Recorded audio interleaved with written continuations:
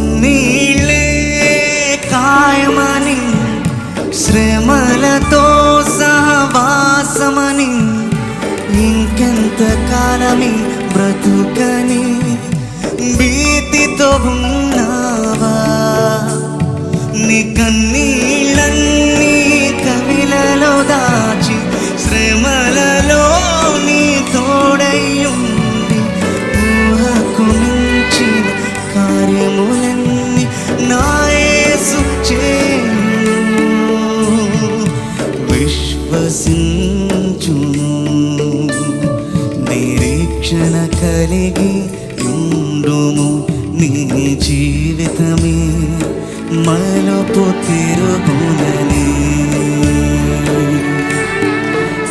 నీ జీవితమే మలుపు తిరుగునని.